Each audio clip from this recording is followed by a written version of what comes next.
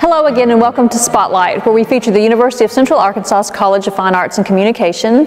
I'm Donna Lampkin-Stevens, and today we are here in the Baum Gallery of Fine Art with Barclay McConnell, the director, for a very special show where we are celebrating the 20th anniversary of the Baum Gallery, our first celebration of many. It's the faculty show. Tell us about it, Barclay.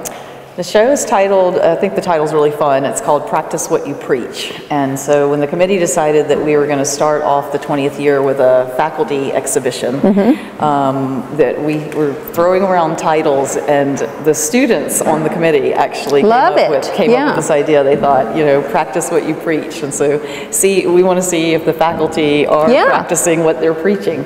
And I think they are. So obviously, I think when you see the quality of this work, you'll see that they are.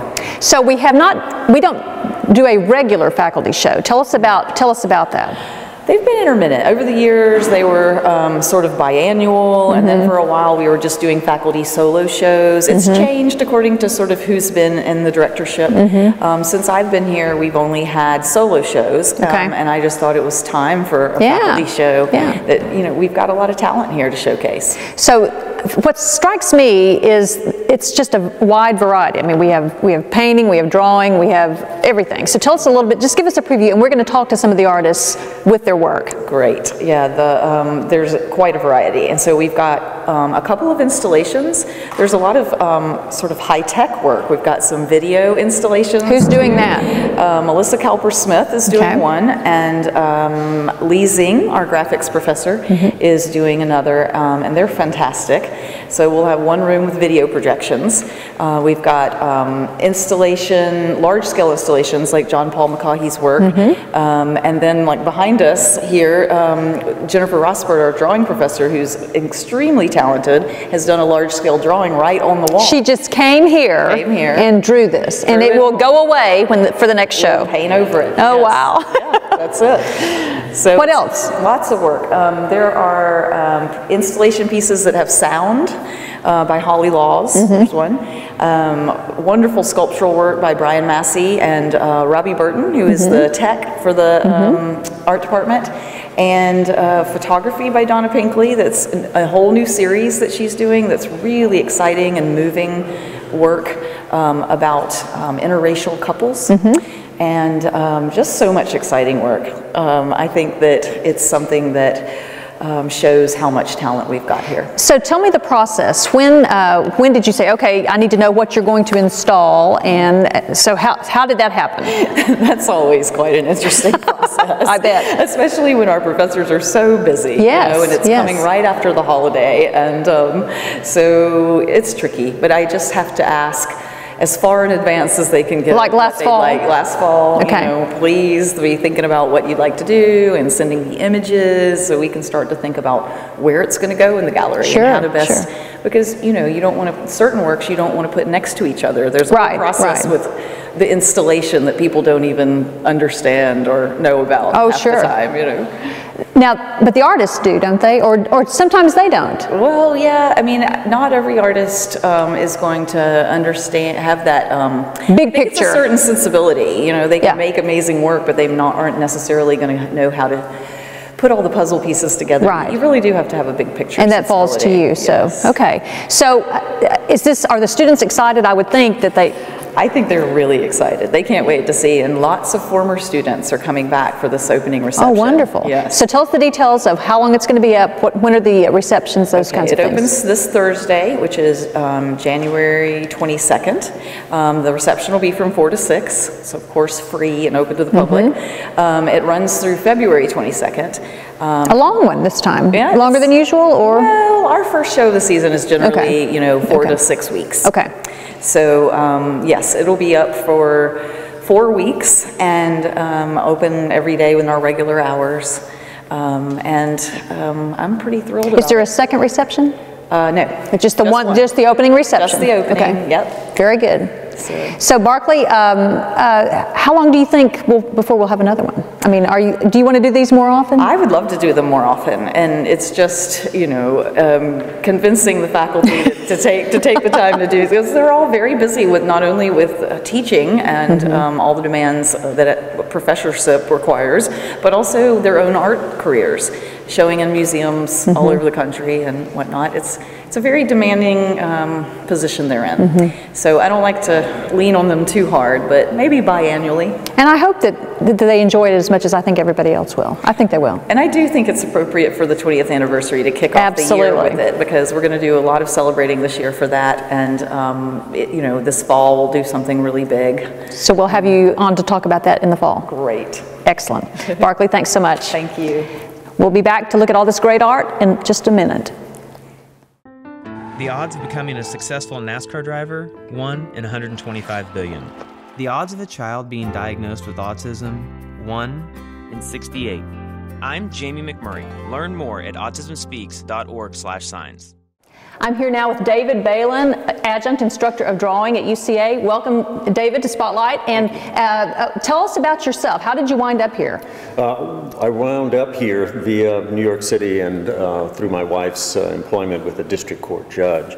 I came and became the director of the museum school at the Arkansas Art Center for about 10 years, and moved into college teaching in '97. And you've been at UCA since '97? Yeah, since '97. And tell me, what is the difference in teaching at the Art Center, mostly children? Right. And I would think I found that it's more rewarding to work with older, more serious students. Yeah, I mean, I think the best time to deal with students is probably when they're about 8 or 9. But when they get to be about 18, they start sort of focusing in. And so what they're interested in is getting really fundamentals down. And that's what we do here, as well as develop and teach them how to take a theme or an idea and bring it into materials. Now, you teach a lot for an adjunct instructor. What, 3 classes? 3 classes. One that's an art appreciation class for the general, you know, it's general ed requirement. And then 2 drawing classes, one of a figure drawing and the other one for basic drawing. And you also teach part-time at UALR? Yeah, I teach a basic drawing class as well as advanced drawing class. And so, never tried to be a full-time gig anywhere, because you're certainly not doing it for the money. Right. No. I'm an artist first and then a teacher second. Good. And the teaching basically keeps me informed, allows me to develop my ideas about how drawing or art should be developed, and it just keeps me on my toes. Are you a better artist because you're a teacher? I think I'm I don't know if I'm a better artist, but I'm certainly more articulate as an artist. I'm very interested in the process, how we take an idea into material. So to teach requires that you break those down and make them accessible to people. Sure. So tell us about your piece. Okay. Well, these are. I have a theater background. When I was in New York City, I did performance art and theater, and most of my work comes from setting up a setting and then finding pieces of business for my particular person. And the individual is essentially a Buster Keaton character who's the hero who doesn't give up, but doesn't realize that the actions that he does is relatively absurd. And the situation that he's in is very similar to what I consider to be a sort of a Kafka situation. So my work is sort of a goofy existentialism. Fun. Yeah. So these are pieces that occur in New York City. I did bookkeeping, because I get fired from all of the typical artist jobs, you know, construction, you know, plumbing and electricity. But I found that there was something Aristotelian about bookkeeping. It always ended up 0. And you could go into the studio with that kind of baggage, you know, you could focus on your work. So it was a perfect job for me.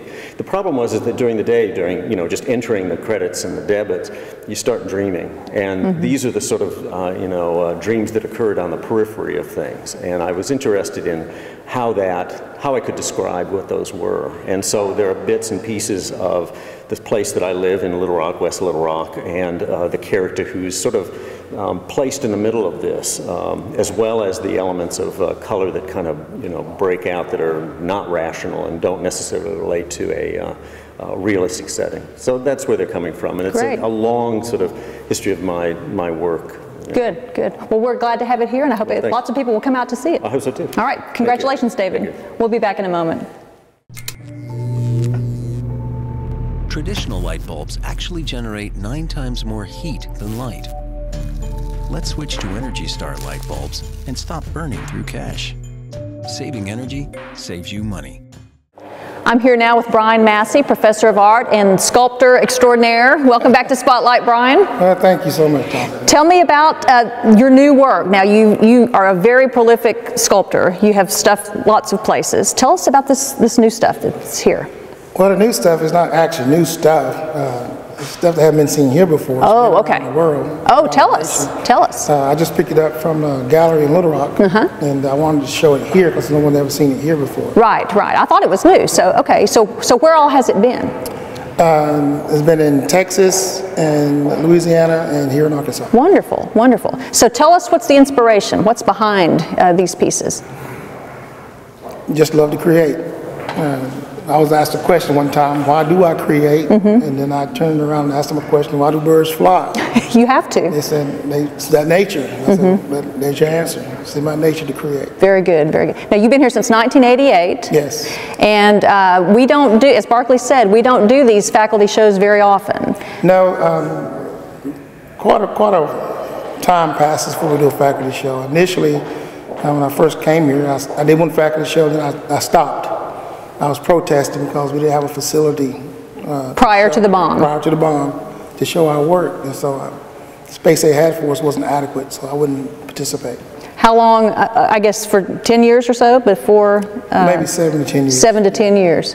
Okay. So what are you working on new? Now you did the Silas Hunt Memorial. It's on campus at the University of Arkansas. You had a piece chosen for the Little Rock River Trail. Right. Okay. So tell us what else you're working on. I am currently working on a 15-foot cyclone for the Russellville School District. Oh, really? Okay. It's fabricated out of steel. I've been working on it probably since a year ago, January. And it's going to go in front of the school district? It's going to go in front of the Center for the Arts. Oh yeah, I've heard about that. I haven't seen it. So tell me about that process of getting chosen for that. Did you enter? Did they contact you? They contacted me right after I won the River Market competition and wanted me to submit an idea and concept for them. This is back in October 2012. We didn't get contracts and things worked out until January of 2013. And I finally signed a contract back in January 2014 when I started to work on it. So tell me, have you done a cyclone before? That's the mascot. So it was a challenge. What they presented initially was not what they really wanted. So they asked me to do a model, so I did a model for them, and the committee selected it. Great. And chose from that model. I think people think sculpting is all the same, but it's really not, because it's different ideas, different schemes, materials. I'm primarily a stone carver, which you can see in the gallery. I enjoy carving stone, but the cyclone is fabricated out of steel. Each piece has to be cut and welded and grinded individually. How much work have you done in steel before? I've always worked in steel, but not as much as I've done in stone. Okay, okay. So what can you say about the status of the UCA Department of Art since you've been here? I mean, we've come a long way with the Baum Gallery for 20 years. Well, without any biases, I think we have one of the strongest art departments in the state of any four-year institution. Part of that is the faculty, which we are celebrating with this show here. So congratulations on another great chance for people to see your work. You also have that wonderful piece outside the boardroom. Yes. Remind me the name of it? Ring of Peace. Ring of Peace. It's small model right there. Great, great. So you can see the small version and then go over to the Wingo Hall to see the large version. Yes. All right, Brian, thanks again for joining us. Great to see you again. You too, Don. We'll be back in a moment.